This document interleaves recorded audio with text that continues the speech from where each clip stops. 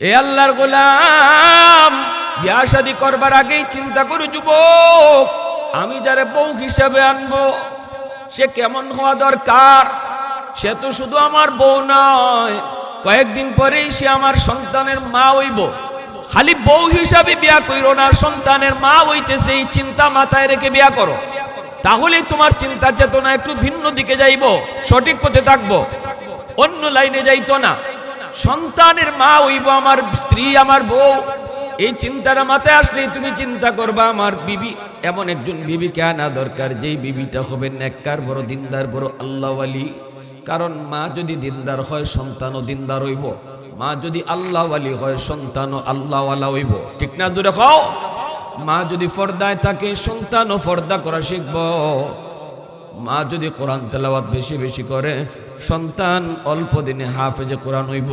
এজন্যই পেটের সন্তান নিয়ে মা যদি বেশি বেশি মিষ্টি খায়, সন্তান বড় হওয়ার পরে মিষ্টি প্রিয় হয়। পেটের সন্তান নিয়ে যদি মা বেশি বেশি টক খায়, সন্তান বড় হওয়ার পরে টক প্রিয় হয়। পেটের সন্তান নিয়ে যদি মা বেশি বেশি ঘুমায়, সন্তান বড় হওয়ার ফলে অলস হয়। পেটের সন্তান নিয়ে যদি মা টুকটাক কাম কাজ করে টুকটাক কাম কাজ করে, এই সন্তান বড় হওয়ার পরে কর্মঠ হয়। পেটের সন্তান নিয়ে যদি মা বেশি বেশি করে বেপরদায় চলে, এই সন্তান বড় হওয়ার পরে বেহায়া হয়। আর যদি মা সন্তান পেটে নিয়ে পর্দার ভিতরে থাকে, সন্তান বড় হওয়ার পরে হায়া শরম বাড়ে। হায়া হলা হয়, লজ্জাশীল হয়, সন্তানের মেধা ভালো হয়, অনেক মেধাবী হয়। পর্দার ভিতরে মা সাথে থাকলে সন্তান মেধাবী হয়, ব্রেন বালা হয়, ধারালো ব্রেন হয়। আর বেপরদায় যদি মা সন্তান পেটে নিয়ে চলে, তাহলে এই সন্তান বড় হওয়ার পরে ব্রেন ঢিলা হয়, প্রতিবন্ধী হয়। অভিজ্ঞরা অভিজ্ঞতার আলোকে এমন বলেছেন। এজন্য বলি যুবক, ভালো করে শোনো, বিয়া শাদী করবার আগেই তুমি চিন্তা করো আমার সন্তানের মাটা কেমন হওয়া দরকার। পেটের সন্তান নিয়ে আমার বউ, আমার বিবি গান গাইব নাকি কোরআন তেলাওয়াত করব, এই সিদ্ধান্ত তোমাকে নিতে হবে বিয়ার আগে। এরপরে আমি যখন আমার স্ত্রীকে আনবো, বিয়া শাদী করবো, মোহর দিতাই নি না দিতাই না? মোহর দিতাই নি না? কাগজে লেখলেই চলে? বিয়ানীবাজার কোনটা চলে কি জানি, কাগজে লেখলেই চলে। মোহর কয় লাখ, কয় 15 লাখ, কয় লাখ, কয় 20 লাখ, কয় তোর বাপের নি ক্ষমতা আছে দিতে 20 লাখ, কয়টা দেওয়ান লাগে না? কাগজে লেখলেই চলে? দেওয়ান লাগে না? কাগজে লেখলেই চলে। মোহর কিতা কাগজে লেখলেই চলে না বউরে দেওয়ান লাগে? হ্যাঁ, আল্লাহ পাক কই মোহর হলো স্ত্রীর হক। প্রতিটা স্বামীকে মোহর সন্তুষ্ট চিত্তে দেওয়ার জন্য আল্লাহ আদেশ করেছেন। আল্লাহ পাক রব্বুল আলামিন মহিলাদের মোহরটা মহিলার পাওনা, মহিলার হক আল্লাহ বলেছেন। এজন্য আজকে আমাদের সমাজে দেখা যায় মোহর শুধু কাগজেই লেখায়, দেওয়ার ক্ষমতা নেই 1 লাখ, কিন্তু মোহর লেখায় 10 লাখ। মহিলার মা বাপ এরাও এটাতে রাজি হয়ে যায়। যদি বলা হয় মোহর তো দিতে পারতো না, কয় লাগতো না, কাগজে লেখলেই চলবো। ঘটনা কেতা হয় 10 লাখ 12 লাখ 20 লাখ লিখিয়া বড়ি লাগাইলাম। কিতা লাগাইছে? বড়ি জিনেন? কয় সহজে আর ছাড়তো না, সহজে আর। আমার জানা মতে কোটি টাকা মোহর লেখাইও যে সংসার টিকছে না, এটা টেকার ডরে আটকাই রাখুন যায় না। আর সামান্য মোহরে ফাতিমি, সামান্য মোহর দেও, সারা জীবন সুখে শান্তিতে সংসার করে গেছে। তে 10 লাখ 20 লাখ টাকা মোহর লিখিয়া বড়ি লাগায় আটকাইছো যাতে সংসার না ভাঙ্গে, এটা পাইছো কই পাইছো? এই স্বামী যদি টাকাটা মোহরের টাকা না দিয়া কবরও যায়, কিয়ামতের ময়দানে বউ আল্লাহর দরবারে মামলা দিয়া বইব, কয় মালিক আমার স্বামী তো আমার মোহরের টাকা দিল না। ও মালিক, আমার স্বামীর বিরুদ্ধে আমি মামলা দিলাম, মোহরের টাকা পরিশোধ করে নেই। আল্লাহ পাক রব্বুল আলামিন তখন এই স্বামীটারে আল্লাহ হাজির করব। আল্লাহ কইব বান্দা তোর নামাজ রোজা সব ঠিক আছে, তোর হজ উমরা সব ঠিক আছে, দান সৎকার সব কিছু তোর ঠিক আছে, এই নামাজ লইয়া রোজা লইয়া তুই পরে জান্নাতে যাবি। আগে তোর বউয়ের বিরুদ্ধে তোর বিরুদ্ধে মামলা দায়ের করেছে, বউয়ের মামলা তুই ডিসমিস কর। এইবার আইসা দেখবে আল্লাহর আদালতে বউ দাঁড়াইছে, বাদী হইয়া বউ দাঁড়াইছে। কিসের মামলা? কয় মোহরের মামলা। এইবার আল্লাহ পাক কইব বউয়ের মামলা তুই ডিসমিস কর, এরপরে তুই জান্নাতে যা, এরপরে তোর নামাজ লইয়া তুই জান্নাতে যা। এইবার কইব বিবি গো, ও বিবি, তুমি না মাফ করে দিয়েছ, তুমি না বাসর ঘরে আমারে মাফ করে দিছ। কয় কের মাফ? এটা কি জাত মাফ বুঝো না নি? এটা কি জাত মাপ দিছি বুঝো না? তুমি বাসর ঘরে আইয়া ফালং উঠো না, মাটির বই রইছ।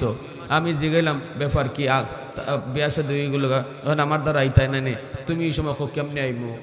10 লাখ টাকা মোহরও দেওয়া সম্ভব না, আমি তোমার কাছে আইতামও পারবো না। তো এই অবস্থায় আমি একজন নতুন বউ, তোমার ঘরও আসছি, বাপ মা ভাই বোন সব সাইরা, এখানে আপন শুধু তুমি।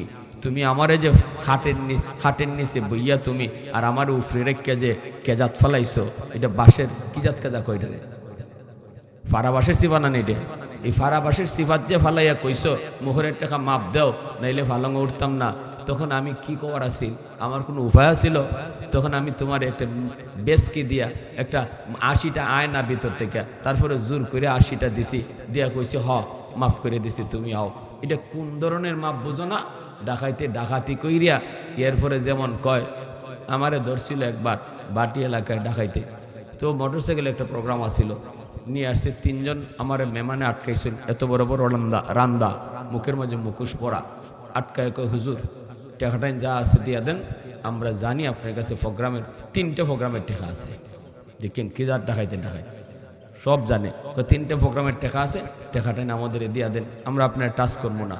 তখন আমি বললাম ঠিক আছে ভাই, কোনো অসুবিধা। এত বড় রান্দা দেখলে পরে আবার কি দেরি করন যায়? কি ভাই দেরি করা যায়? রাত বাজে 2টা, আমি পকেটে যা আছিল সব দিয়া লাইছি। দেলার পরে আমার বড়টাই যে লিডার আমির সাহেব, যে হেরার আমির সাহেব কয় হুজুর বদ্দা দিয়েন না। ওই কি জাত ওয়াজটা করে আমারে, আমরা খালি ওয়াজ করি তা না, ডাকাইতেও ওয়াজ জানে। কয় হুজুর বদ্দা দিয়েন না, টেকাটা খুব দরকার ছিল, নিয়ে গেলাম। হ্যাঁ টেকাটা খুব দরকার ছিল, এই জন্য লইয়া গেছে, আর আমার ওকে বোদ্ধা দিতাম না। আমি এই সময় একটা বেসকি দেখছি, না না না না কোনো বোদ্ধা না, এই যে আমি তারে বোদ্ধা দিব না কইয়া তারে মাপ দিছি, এটা কি মাপ হইছে? মাথো কাতে। এখন হাসরের মাঠে যদি ডাকাইতে কয় হুজুর আপনি না আমার মাপ দিসলা, তা আমি এই সময় তোর রান্দা দেখে মাফ না দিয়ে উপায় ছিলাম। হ্যাঁ তো এইটা যে যাক মাফ, বাসর করে যে সমস্ত জামাই অকলতে বউরে বাসর করে খাটো রেখে মাপ দেও, মোহরের টাকা নাইলে উঠতাম না, এটাও ইজাতের মাপ। হি ডাকাইত আর ই ডাকাইত সমান। কিয়ামতের ময়দানও একটা টাকাও ছাড় দিত না বউয়ে, মোহরের একটা টাকাও ছাড় দিত না বউ। এই আদরের বউ, কলিজার টুকরা বউ, এই বউই হাসরের মাঠো জামাইরে জাহান্নামে নিবে, যারা মোহরের টাকা দিতায় না। এজন্য যদি না পারো পরিষ্কার কইবে আমি এত টাকা দিতাম পারতাম না, আমার সাধ্য নাই। দিতাম পারবো আমি 2 লাখ, এখন দিলাম 1 লাখ, আর বাকি 1 লাখ আমি মাসের মাস বা 2 মাসে তোমার 5,000 কইরা 2,000 কইরা এইভাবে দিতে থাকবো। দেওয়ার তাকো একবারে না পারলেও অর্ধেকটা দিয়া বাকিটা দেওয়ার তাকো। যদি দিতেও তোমার দেওয়া অবস্থায় তোমার মরণ হয়ে জায়গা, বন্ধ করো না একবারে। তখনও কইতার আল্লাহ আমি দেওয়াত আসলাম, এই অবস্থায় হায়াত শেষ। একটাও সুযোগ আছে, ঠিক না নি? কিন্তু আমি একবারে মাফ লইলিছি, মাফ লইলিছি। এটা কোনো মাফের জাতো না, মাফের জাতো না। এটা কি জাত মাফ লইছো, এটা হাসরের মাঠে বুঝবাই, বউ বুঝাইবো, বউও কইব এটা কি জাত মাফ। ওই আওয়ারের ডাকাইতের সাথে তোমার আল্লাহর সামনে ডাকাইত বানাইব। যে বউরে এত আদর এত মায়া করছো, ঈদে ঈদে শাড়ি কিনে দিছো, এই বউয়ে তোমার আল্লাহর দরবারে আসামি বানাইব, ফাঁসাই দিব। এই জন্য আমার জানা মতে বহু মানুষ মোহরের টাকা পুরাপুরি পরিশোধ না করে কবরে যাইতেছ। বহু মানুষ আল্লাহ মাফ করতা, কিন্তু এটা মাফ পাইতা না, এটা হক কলি বাপ, এটা আল্লাহ মাফ দিতাও না। নমাজ এখন তো কাজ হয়ে গেছি গা, এটা আল্লাহ চাইলে মাফ করে দিবা। কিন্তু বোর মোহরের টাকা না দিয়া যে মারা গেছো, এটা আল্লাহ মাফ দিতা না। বাইর জমি দখল কইরা তুমি মরছো, এটা আল্লাহ মাফ দিতা না। প্রতিবেশী আরেকজনের জাগার শিম ঠেলিয়া 4 আঙ্গুল জায়গা নিছো, এটা আল্লাহ মাফ দিত না। আরেকজন দুর্বল মানুষের উপরে গালি দিছো, তোমার ক্ষমতা আছিল, শক্তি আছিল, পাওয়ার আছিল, এজন্য দুর্বলের উপরে জুলুম করছো, এটা আল্লাহ মাফ দিত না। এগুলো হকুলি বাদ। নমাজ এক তো কাজা হয়ে গেছি গা, আল্লাহ মাফ করে দিলাইবা, এটা আল্লাহর হক, ঠিক না? নিয়ে জোরে হোকা। এজন্য আমার প্যারা বন্ধুরা, যুবক বলতেছিলাম, মোহর হলো মহিলাদের হক, ঠিক না? নি মোহরের টাকাটা পরিপূর্ণরূপে পরিশোধ করবা, মোহরের টাকা তুমি শোধ করবা। এটা হলো নারীর পাওনা, বউয়ের পাওনা, বউর পাওনা। এরপরে বিয়ার শাদী হয়ে গেল, এখন তোমার আর তার মাঝে একটা সম্পর্ক। এই সম্পর্কটা হলো 2 রকম। বউয়ের সাথে স্বামীর সম্পর্ক, স্বামীর সাথে বউয়ের সম্পর্ক। স্বামী মনে করতে হবে আমার বউ, সে আমার যেমন বউ সে তেমন আমার প্রেমিকা। আল্লাহ রসুল কইছেন বউর সাথে সম্পর্ক 2টা, এক হলো সে তোমার প্রেমিকা, আর এক হলো সে তোমার অধীনস্থ বউ। তাহলে রসুল বুঝাই গেছেন প্রেম বিয়ার আগে হইতো না পরে হইতো। বুড়া মানুষে কয়, জন হলতে কয় না। প্রেম বিয়ার আগে হইতো না পরে হইতো। প্রেম ভালোবাসা বিয়ার আগে না পরে। বিয়ার আগে যেটা হয় এটা নাফা, এটা হারাম, এটা খালি জ্বালা। আর বিয়ার পরে যেটা হয় এটা পাপ, এটা পবিত্র। এর ভিতরে খালি আরাম, এর ভিতরে খালি সুখ, এর ভিতরে খালি শান্তি, কোনো জ্বালা নাই, ঠিক না? নি আর বিবি সাহেব মনে করত আমার স্বামী শুধু তিনি স্বামী নন, তিনি আমার প্রেমিকও। এজন্য তিনি তারে এইভাবে নিজের গুছায় রাখতো, সব সময় নিজের স্বামীর সামনে পরিপাটি রাখতো। একজন প্রেমিকা যেমন প্রেমিকের সামনে নিজের উপস্থাপন করে, চুলগুলা সুন্দর করে রাখে, চেহারাটা সুন্দর করে সাজায় গুজায় রাখে, শাড়িটা সুন্দর করে পরে, জামাটা সুন্দর করে পরে, হাসি মুখে কথা কয়, একজন বিবি সেও তার স্বামীর সামনে এভাবে থাকতো। এজন্য আল্লাহর নবী, রহমতের নবী বলেন, উম্মতের দল করে এসেছো, 40 দিনের মতো চিল্লা করে এসেছো, অথবা লম্বা সফর। ওই সফর করে তুমি যখন বাড়ি আসবা, এসেই তুমি ঘরে ঢুকবা না, এসেই তুমি সরাসরি ঘরে ঢুকবা না। নবী বলেছেন পাশের মসজিদে তুমি অবস্থান করো, এলাকার মসজিদে অবস্থান করো, এরপরে স্ত্রীর কাছে খবর পাঠাও, বউর কাছে খবর পাঠাও, আমি এসেছি, মসজিদে আছি। এই খবরটা তোমার বিবি পাওয়ার পর সে যেন তোমার জন্য প্রস্তুতি নিতে পারে, সে যেন তার চুলটা ভালো করে আশ্রাইতে পারে, চেহারাটা সুন্দর করে সাজাই রাখতে পারে, গুছগাছ হয়ে যেন থাকতে পারে। শাড়িটা যদি ময়লা শাড়ি থাকে, সুন্দর শাড়িটা যেন পইরা তোমার জন্য পরিপাটি থাকে। শরীরে গন্ধ থাকলে এটা পরিষ্কার কইরা গোসল টোসল কইরা যেন একটু স্যান্ডসুন মাইরা তোমার জন্য অপেক্ষা করতে পারে। কারণ আল্লাহর নবী কত সুন্দর মডেল রেখে গেছেন। কারণ স্ত্রী যদি আমার কাছে ময়লা কাপড় নিয়ে হাজির হয়, চেহারাটার মধ্যে যদি কালি লাগানো থাকে, চুলগুলা যদি আওলা কেশি থাকে, তাহলে তার নজর পড়া মাত্রই স্বামীর রুচি নষ্ট হইতে পারে। তাহলে আল্লাহর নবী বুঝাইছেন, মহিলারা শোনো, তোমাদের সাজগুজ, তোমাদের এরকম সাজগুজ, সুন্দর শাড়ি পইরা থাকা, নিজের চেহারাটা দেখানো, তোমার রূপ লাবণ্যতাটা প্রকাশ করা, এটা শুধু স্বামীর জন্য, পরপুরুষের জন্য নয়, পরপুরুষের জন্য নয়। নবীজি কথা শিখাই গেছেন। এজন্যই আমার মা বোনেরা খেয়াল করবা, তোমার স্বামী হলো তোমার প্রেমিক, প্রেমিকা প্রেমিকের সামনে যেমন ভাবে সবসময় পরিপাটি সুন্দর হইয়া সেজে গুজে থাকে, একজন স্ত্রীও স্বামীর সামনে সবসময় নিজের এরকম পরিপাটি সুন্দর সেজে গুজে থাকবে। তাহলে স্বামীর পর নারীর দিকে নজর যাবে, অন্য নারীর দিকে নজর যাবে না, অন্য নারীর দিকে তার নজর যাবে না। আর যদি স্ত্রীর দিকে তার রুচি নষ্ট হয়, তাহলে পর নারীর দিকে নজর যাবে। ঘর থেকে বের হলেই যদি সুন্দর একটা নারী দেখে সেজে গুজে যাইতেছে, আমি স্বামীর নজরটা তার দিকে যাবে, কারণ আমার স্ত্রী সেও কিন্তু তার চেয়ে কম সুন্দর না। কিন্তু সমস্যা একটা, বিয়ার পরে অনেক স্ত্রীরাই স্বামীর সামনে নিজের সেজে গুজে রাখার চিন্তা করে না, বরং পরপুরুষের সামনে নিজেরে সুন্দর করে পরিপাটি হইয়া উপস্থাপন করতে ভালোবাসে। দেখবেন বিয়া শাদীর অনুষ্ঠানও 2 ঘন্টা ধইরা বউয়ে সাজতাছে। আজকে সেন্টারও বিয়া, এখানে আরো অনেক বেটাই নেইবা, অনেক বিট্টি নেইবা। এই জায়গাত আমার ম্যাডামে 2 ঘন্টা 2.5 ঘন্টা ধইরা খালি সোনো পাউডার আর লিপস্টিক আর গাল পালিশ দিয়া খুব সাজাসাজি শুরু হয়েছে, ঠিক না নি? কিন্তু যেই সাজটা আমার স্বামীর সামনে হওয়ার কথা, সেই স্বামীর সামনে আমি এইভাবে নিজেরে সাজ্জা গুজা রাখি না।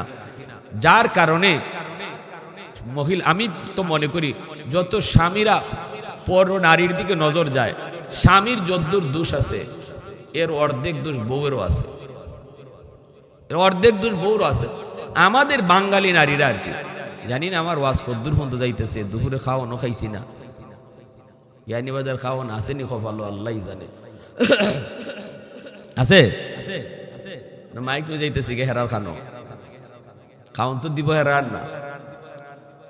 এখন শুনেন, আমাদের বাঙালি নারীরা একটা খাসলত, বিয়ার পরে মনে করে শেষ, এখন আর তার রূপ লাবণ্যতা সাজগুজ এটা সব তালাক দেলায়, কারণ জামাই ফাইলিছি, এখন আর স্বাস্থ্যকার লাগে।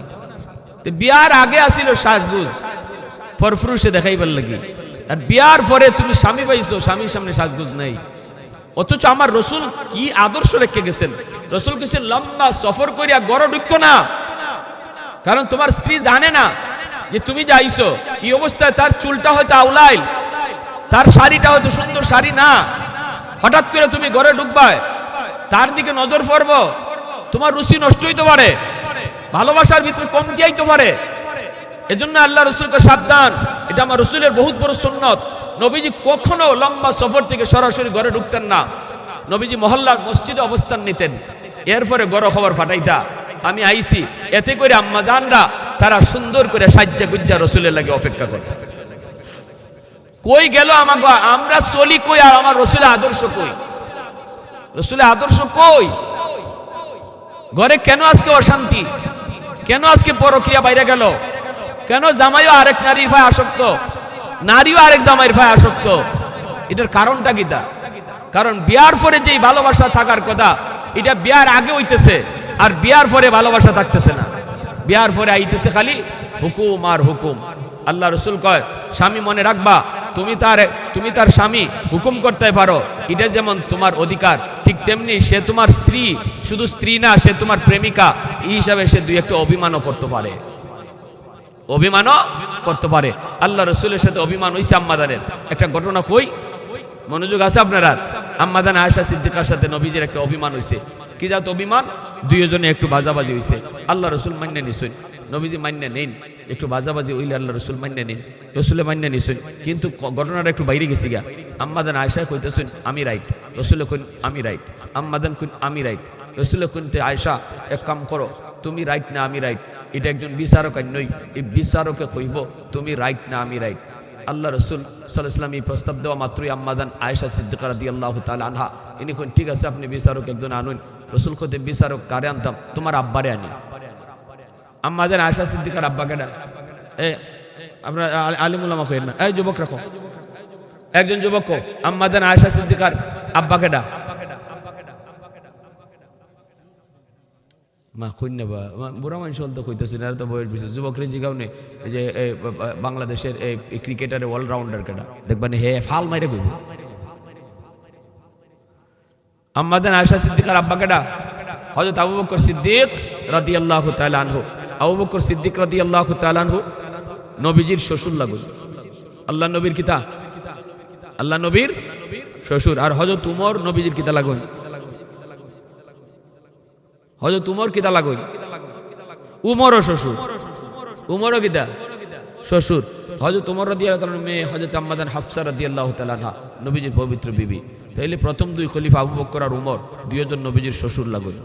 আর পরের 2লা উসমান আর আলী দামান উসমান আর আলী নবীজির কিতা লাগুন, ইটা তো ইসলামের বেসিক নলেজ, প্রাথমিক জ্ঞান। এগুলা যদি না জানি একবারে খারা রূপে না কইতাম পারি, তে মুসলমান পরিচয় দেবো আমার লাগে শরম শরম শরম। আবু বকর সিদ্দিক রাদিয়াল্লাহু তাআলা নবীজির শ্বশুর, আবার নবীজির সাহাবী, মায়ার সাহাবী, নবীজি ডাইন হাত। আল্লাহ রসুল আম্মাজান আয়েশারে কইতেছেন, আয়েশা তোমার আব্বারে আইনই, এই দুইজন আমরা দুইজনের বিচার করবার লাগে। তা আম্মাজান কইছে ঠিক আছে আনুন। এখন বউ যদি শুনে যে বিচার করবার লাগে তাই আব্বা আইতেছেন, তে তো খুশি হইব না? হ্যাঁ, মনে মনে তো আমার আব্বা আমার পক্ষে মাতবা, আমার পক্ষে মাতবা। আল্লাহ রসুল আবু বকর সিদ্দিককে খবর দিয়ে আনছেন। আল্লাহ রসুল বলতেছে, আবু বকর বিচার করবা বিচার। আয়েশার সাথে আমার একটু একটু বাজাবাজি হইছে। আয়েশা তো আবু বকর সিদ্দিকের মেয়ে, ওই ঠিক না? এইবার নবী বলতেছেন, আয়েশা তুমি আগে বলবা নাকি আমি আগে বলবো? আম্মাজান বলেন, আপনি আগে খন, আপনি আগে খন, কিন্তু যা কইবেন হাসা কইয়েন। লাগছে নি ফেস? কারণ এটা তো একটু রাগ যে শুনল, একটু ওই যে বাজাবাজি হয়েছে, বাজাবাজির থেকে কথাটা আইছে। এটা তো আম্মাজানের মনের কথা না। রসুল কি জীবনে কোনোদিন মিশা কইছেননি? হ্যাঁ, মক্কার কাফিররাও জানে রসুল জীবনে মিশা কথা কই। আম্মাজান যেই মাত্র কইলেন, নবী গো আপনি খন, কিন্তু যা কইবেন হাসা কইেন। এই কথা বলা মাত্রই নবীজি হজম করে ফেলছেন। কারণ নবীজি তিনি তো জানেন আয়েশা শুধু আমার স্ত্রী না, সে আমার প্রেমিকা। প্রেমিকা হিসেবে দুই একটা অভিমান করতে পারে, কথা একটু শক্ত কইলেও আমার হজম করা লাগবো। কারণ প্রেমিকা প্রেমিকের সামনে কত কথাই কয়, প্রেমিকে হজম কইরা লায়। প্রেমিকও প্রেমিকারে কত কথা কয়, প্রেমিকায় হজম কইরা লায়। কারণ এটা হলো মান অভিমান, ঠিক কিনা জোরে কও? এটা রাগ গুসা না, এটা হলো মান অভিমান। মান অভিমান মেনে নেওয়া যায়, কিন্তু আবু বকর সিদ্দিক তিনি তো এই কথাটা সহ্য করতে পারছেন না। আমার নবীর শানে আমার মেয়ে এত বড় কথা বলে ফেলছে, যা কইবেন হাসা কইয়েন। আমার মেয়ে আয়েশা এটা কইল কি, তিনি তো হজম করতে পারছেন না। নবী হজম করে লইছেন, কিন্তু বাপে হজম করতে পারেন নাই। ঠাস কইরা হাতটা উঠাইয়া এমন জোরে মেয়ের একটা চোর মারছেন, আর বলতেছেন কইলি কি তুই, তুই কইছত কি তা? কইয়া একটা সর মাইয়া দিছে। আর আম্মাজান সর খাইয়া মাটি ছুড়ে গেছেন ঘুরতে ঘুরতে। সরটা আসতে হয়েছে না জোর হয়েছে, দৌড় দিয়া ডরাইয়া আগে রসুলের পিছনে এমনি আশ্রয় নিয়েছিল। আর গিয়া বলতেছে, ইয়া রাসূলুল্লাহ আমারে বাঁচান। আর হযরত আবু বকর সিদ্দিক কিন্তু আবার আইতেছেন মারতে। দ্বীনের নবী হাত উঠে বলতেছে, আবু বকর জাগাত খারো, তোমারে মারতে আনছি না, বিচার করতে আনছি, মারতে আনি নাই। হাত উঠাইছো কেন? আল্লাহু আকবার জোরে খন। আর আমরা হইলে কইতাম দেও আরো মারো, ঠিক না নি? আমরা আরো কইতাম দেও আরো ফিটা, তো বেশি বেরিয়ে গেছে। কিন্তু আল্লাহ নবী হাত উঠায় কয়, আবু বকর মারতে আনি নাই, বিচার করতে আনছি। হাত উঠাইছো কেন, মারছো কেন? এই বইলা আল্লাহর নবী, রহমতের নবী, মায়ার নবী সিদ্দিক আকবরকে থামায় দিলেন। আর বলতেছেন, আবু বকর ঘর থেকে বের হও, তোমার বিচার লাগবে না, দ্রুত তুমি বের হও। সিদ্দিক আকবর তিনি ঘর থেকে বের হয়ে গেছেন। এইবার নবীজি মাথাটা নবীজির অনেক গরম। আবু বকর মারলো কেন? নবীজি এইবার ঘুরে দাঁড়াইছেন আম্মাজানের দিকে, দেখতেছেন আম্মাজান আয়েশা সিদ্দিকা বাফের ডরে কাঁপতেছেন, কাঁপতেছেন ডরায়া। মায়ের একটা খাইছেন, আরো খাইতেন, নবীজি বাঁচাইছেন। এইবার আল্লাহর নবী গুইরা বুকের মধ্যে লইয়া কপালে আদর দিয়া নবী কয়, আয়েশা খবর কিতা? আজকে যদি আমি না থাকতাম উপায়টা কি আছিল একটু কও। দুইজনে হাসাহাসি শুরু করছেন। আম্মা জানো হাসতেছে, নবীও হাসতেছে। এইবার আবু বকর সিদ্দিক তিনি ঘরের ভিতরে ঢুকলেন। আওয়াজ হই না, হাসির আওয়াজ শুই না। ভিতরে ঢুইকা বলতেছেন, এটা কি জাত বিচার বুঝলাম না। আগে আমার বিচার করার লাগে আনলেন, আর এখন দুইজনে হাসাহাসি করতেছে। আল্লাহু আকবার জোরে। আল্লাহ নবী বুঝাইছেন, ও দুনিয়ার স্বামীর দল, তোমার স্ত্রী শুধু তোমার স্ত্রী না, সে কিন্তু তোমার প্রেমিকা। মাঝে মাঝে বাজাবাজি হইতে পারে, সংসার জীবনে একটু মান অভিমান হইতে পারে, তোমাকে হজম করতে হবে।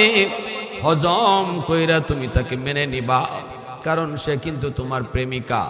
অতএব মান অভিমান করব, কখনো দাবি করব, কখনো একটু চড়া কথাও কইব, হজম করিলেই ভাই আল্লাহু আকবার জোরে কও। কখনো তোমার ডাউলের মধ্যে হয়তো বা লবণ কম হইব, তরকারির মধ্যে লবণ একটু বেশি হয়ে যাইব, এটাও তুমি হজম করিলেই ভাই। সারা বছর যেই মহিলা তোমারে মজার মজার তরকারি রান্না খাওয়াইলো, একদিন যদি তরকারিত লবণ একটু বেশি হয় হজম করতে হয়, কারণ সে তোমার স্ত্রী, শুধু তা না সে তোমার প্রেমিকা। ভুল হইলেও তুমি মান্না নিতে, কারণ আল্লাহ পাক প্রতিটা মহিলাকে তার স্বামীর পাজরের হাড্ডি দ্বারা আল্লাহ বানাইছেন। পাজরের হাড্ডিটা হইল বেকা, তোমার নিজের হাড্ডি থেকে তোমার স্ত্রীকে আল্লাহ বানাইছেন রে যুবক। অতএব স্ত্রী হলো তোমার শরীরে একটা অঙ্গ। তোমার একটা অঙ্গ যদি দুর্বল থাকে, তোমার একটা অঙ্গ যদি দুর্বল থাকে, তোমার একটা হাত যদি কাটা থাকে, এটা তুমি কাপড় দিয়ে গুইরা রাখো যেন কেউ না দেখে, দোষটা যেন কেউ না দেখে। তোমার স্ত্রী তোমার শরীরে একটা অঙ্গ, তার যদি কোনো দোষ থাকে এটাও তুমি ডাক্কা রাখতে দেখাইতাই না। আল্লাহু আকবার জোরে কও। তোমার বিবি হলো তোমার দেহের একটা অঙ্গ। চোখ যদি তোমার একটা না থাকে, কালা চশমা লাগাও যেন কেউ না বুঝে আমার একটা চোখ নাই, ঠিক না? সে মনে করতো দুই চোখ এক জাতই, খালা চশমা লাগাইছে।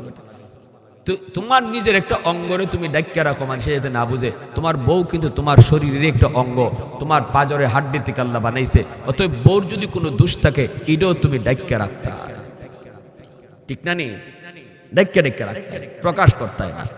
তো দেখা যায় কি, হযরত মাওলানা মাহমুদুল হাসান দেওবন্দি রহমতুল্লাহ আলাইহি, ইনি উনার ইন্তেকালের পরে উনারে এই রাত্রে স্বপ্নে দেখছেন কয়েকজন আল্লাহর ওলি। স্বপ্নে দেখে জিগাইতেছেন, হযরত কবরে আপনার সাথে আল্লাহ কেমন আচরণ করলো? হযরত মাওলানা মাহমুদুল হাসান দেওবন্দি রহমতুল্লাহ আলাইহি বলে, বাবা দরা খাইল ইসলাম, দরা খাইল ইসলাম, আল্লাহ বাঁচাই দিছেন। কয় কেমনে? কয় আমার বিবির সাথে একটা ভালো আচরণ করার কারণে, স্ত্রীর সাথে বউয়ের সাথে ভালো আচরণ করার কারণে আল্লাহ আমারে বাঁচায় দিছে। নতুবা আল্লাহ পাক আমারে কয়, মাহমুদুল হাসান সারা জীবন তুমি হাদিস পড়াইছো, এই হাদিস পড়ানো এটা তোমার দায়িত্ব ছিল। আমি আল্লাহ তোমার হাদিসের জ্ঞান দিছি, এটা পড়ানি তোমার দায়িত্ব, তুমি তোমার দায়িত্ব আদায় করছো। এগুলা আমার কাছে তেমন কোনো পাওনা নাই। একটা জিনিসের কারণে আমি আল্লাহ তোমার উপর খুশি হইয়া জান্নাতের উঁচু মাকাম তোমার দিয়া দিছি। কি সেই ঘটনাটা?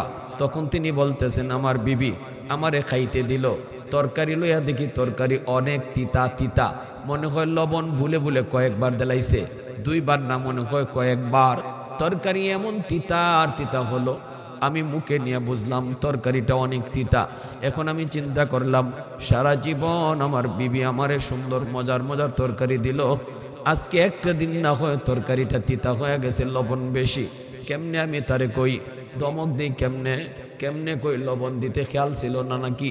কেমনে কই, না শরম দেওয়া যাবে না, সে তো আল্লাহর একজন বান্দি, আমিও আল্লাহর একজন বান্দা। আল্লাহ দুজনকে সমান আদর করে দুনিয়াতে বানাইছে, দুনিয়াতে পাঠাইছে। আমি আল্লাহর বান্দি হিসাবে তারে মাফ করব এবং আমার একজন প্রেমিকা হিসাবে আমি তারে ক্ষমা করব। কিন্তু কেমনি? এইবার তিনি তরকারির এই তিতা তরকারিটা খাইলেন, খাইয়া হজম করে করে খাইলিছেন, খাইয়া বলতেছেন, বিবি গো এত মজার তরকারি হইছে, এত মজা হইছে নি আজকের তরকারি, তুমি আমারে আরেকটু দেও নি। বিবি সাহেব ফাতিল থেকে আরেক বাটি তরকারি আনছে পরে আল্লাহর ওলি কয়, এই বাটিটাও আমি খাইলাম, খাওয়ার পরে চিন্তা করলাম যদি আরো কিছু তরকারি পাতিলের মধ্যে থাকে, তাহলে আমার বিবি যখন এই পাতিলের তরকারি খাইতে বইব তখন তো দেখব তিতা, জমের তিতা, তখন তো শরম পাইব আর মনে মনে কইব, হায় রে আমার স্বামী এমন তিতা তরকারিটা খাইয়া কয় মজা হইছে, হায় রে শরম তো পাইলিব আমার বিবি। তাহলে আমার বিবিরে যাতে শরমও না পায়, এটা কেমনে করা যায়? তখন কইতেছে, এই বাটি আনার পরে বিবি আরো আসেনি, ওনার মনে হইলো যে তরকারির ফাতিল আমি তরকারি রাখতামই না, সব খাইলি মাছ, যাতে আমার বউ আমার বিবি খাইয়া বুঝতেই না পারে যে আমি কিজার তরকারি খাইছি।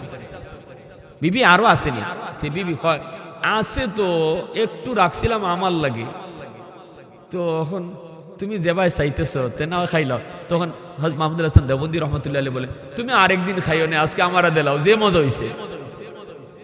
আচ্ছা, স্বামী যদি বউরে কয় মজা হইছে, তখন বউ এত খুশি হয়, এত খুশি হয়, তো কয় ঠিক আছে আরেকদিন তুমি খাইও না, আজকে যা তরকারি আছে আমারে দিয়ে লাও। বলতে বিবি সব খুশি হইয়া পুরা ফাতিল লই আইছে। এইবার আল্লাহর ওলি পুরা পাতিলের তরকারি তিনি একা খাইলেন, পুরা তরকারি সব শেষ করে ফেললেন। বিবি সাহেব আর বুঝতেই পারলো না ওই দিনের তরকারি কত তিতা হইছিল, বিবিরে বুঝবার সুযোগটাই দিলেন না, একা একা হজম করে ফেলেছেন। এইদিকে আল্লাহ পাক রব্বুল আলামিন বলতেছে, ও মাহমুদুল হাসান, ওই দিনে আমার একজন বান্দির ভুলটারে তুমি এইভাবে ডাক্কা রাখছো, তার একটা দোষে তুমি এইভাবে ডাক্কা রাখছো, আজও পর্যন্ত সে জানে না সে যে ওই দিন কত বড় ভুল করছিল, তুমি তারে বোঝার সুযোগটাই দেও নাই। শুধু তুমি জানো আর আমি আল্লাহ জানি, এই খাতিরে আমি তোমার জান্নাতের উঁচু মাকাম দিয়া দিছি। আরো জোরে কর না সুবহানাল্লাহ। লা ইলাহা ইল্লাল্লাহ, জোরে মোহব্বতের সাথে লা ইলাহা ইল্লাল্লাহ। মেহমান নিয়ে আসেন। লা ইলাহা ইল্লাল্লাহ,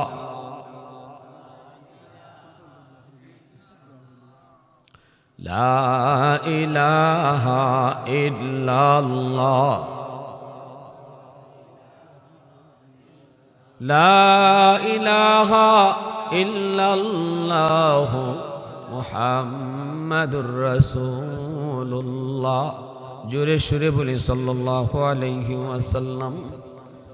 এবার আল্লাহ পাক বলেন, এইভাবে যদি স্বামী স্ত্রীর হক বুঝে চলে, আর স্ত্রীও যদি স্বামীর হক বুঝে চলে, স্বামী তিনি আমার, আমি তার মাহকুমা, যেমন তার মাহবুবা তেমন আমি তার মাহকুমা, আমি তার অধীনস্থ। স্ত্রীও মনে করত যে স্বামীর সিদ্ধান্তটাই চূড়ান্ত সিদ্ধান্ত, পরামর্শ দিবে স্ত্রী কিন্তু সিদ্ধান্ত নিবে স্বামী। ঘরের ভিতরে সমস্ত কাজের পরামর্শ স্ত্রীর সাথে করবা, এটা নবীর বহুত বড় সুন্নত, কিন্তু সিদ্ধান্ত দিবে স্বামী। বলুন তো সিদ্ধান্ত কে দিব, স্ত্রী না স্বামী? স্বামী দিব সিদ্ধান্ত, পরামর্শ দিব বউ। পরামর্শ নেই না আমরা, অনেক সময় স্ত্রীর কাছ থেকে পরামর্শ নেওয়ার লাগে। হয়তো জাবের রাদিয়াল্লাহু তাআলা আনহু তিনি যখন আল্লাহ রসুলকে দাওয়াত করছেন, নবীজির পেটে পাথর বাঁধা আল্লাহ নবীরে দাওয়াত করছেন। এইবার হয়তো জাবের রাদিয়াল্লাহু তাআলা আনহু তিনি একা নাইয়া, উনার সাথে যে 1500 সাহাবী আসলা খন্দক যুদ্ধে খাল খনন করার কাজে মগ্ন। রসুল তিনি দাওয়াত পাইছেন একা, কিন্তু রসুল নিজের থেকে দাওয়াত দিলাইছেন 1500 সাহাবীরে। জাবেরের গরো খাওন আছে মাত্র 4 জনের, আর রসুল দাওয়াত দিছেন 1500। এবার হয়তো জাবের টেনশনে পড়ে দৌড়ে গেছেন বিবির দ্বারো, গিয়া বলছেন, ও বিবি, তোমার কথাই তো রসুলকে দাওয়াত দিলাম, কিন্তু আল্লাহ রসুল তো দাওয়াত দিলাইছেন 1500 সাহাবীরে, এখন কি করবা কও তাড়াতাড়ি। হয়তো জাবের রাদিয়াল্লাহু তাআলা বউ কি কয় শুনবেন? জাবের রাদিয়াল্লাহু বউ বলতেছে, স্বামী গো টেনশন করো না, কোনো টেনশন করো না, আল্লাহর নবীরে দাওয়াত দিয়েছে কে কয় আমি, আর 1500 সাহাবীকে দাওয়াত দিয়েছে কে কয় নবী। এমনি জাবের বিবি বলতেছে, স্বামী যদি 1500 সাহাবীর আল্লাহর নবী দাওয়াত করে থাকেন, তাহলে আমার নবীর কথার ইজ্জত আল্লাহ কেমনে রাখবো এটা আল্লাহ বুঝবো। যেহেতু তুমি দাওয়াত করো নাই, দাওয়াত দিয়েছে মায়ার নবী, ওই নবীর কথার ইজ্জত কেমন করে আল্লাহ রাখবো এটা আল্লাহ বুঝবো। টেনশন করো না, যাও নিয়ে আসো। আল্লাহ নবীকে তিনি নিয়ে আসছেন, নবীজির সাথে 1500 সাহাবী। নবীজি বলেন, জাবের কই তোমার পাতিল, গোশতের পাতিল কই, তোমার রুটির পাতিল আনো। মাইকের কি তুইছে? মাইক নাই, আমি বুঝতেছি আমার কি কষ্ট হইতেছে। না না আর লাগতো না, শেষ, যার শেষ শেষ কাম শেষ। এখন শুনে তো আল্লাহ রসুল বলতেছে, কই গোশতের পাতিল কই, এই গোশতের পাতিল, রুটির পাতিল কই, রুটির পাতিল। রসুল তার লব মোবারক লাগাই দিচ্ছেন, আর রসুল বলতেছে গোশত খালি নিবায়, কোনোদিন উল্টায় দেখতো না যে কদ্দুর আছে। রসুল কয় 500 সাহাবির একবারে বসাও, 500 সাহাবির রসুল খাওয়াইছেন, এরপরে 500 আনছেন, আরো 500 খাওয়াইছেন, এরপরে রসুল কয় আরো 500 বসাও, আরো 500 খাওয়াইছেন, 1500 সাহাবির রসুল বইয়া বইয়া খাওয়াইছেন। কি এক যারা গোস্তও কমছে না, রুটিও কমছে না। খাওয়ান আসিল 60 জনের, খাইছেন 1500 মানুষের। কেমন বরকত হইছে। আল্লাহ রসুল কয় যাবে তুমি আর তোমার বউ যেমনভাবে আজকে দিনের উপরে চলো, একজনে আরেকজনে হক মান্না চলো, আল্লাহর খুশি করে চলো, 1500 আর 2000 না, মদিনার সব মানুষকে যদি দাওয়াত করে খাওয়ানি হইতো, তবুও তোমার এক যারাও খানা কমতো না। আরো জোরে হোক সুবহানাল্লাহ। এজন্য আমরা প্রত্যেকেই নিজের যার যার সংসারে স্বামী স্ত্রী একে অপরের হক বুঝে চলতাম। আল্লাহ দুনিয়ার ঘরটারে জান্নাতি ঘর বানায় দিবে, বরকতি ঘর বানায় দিবে, সব দিক দিয়ে আল্লাহ বরকত দিয়ে দিবে। আল্লাহ আমাদের সবাইকে তৌফিক দান করুন। সবাই বলি আমিন, আলহামদুলিল্লাহ।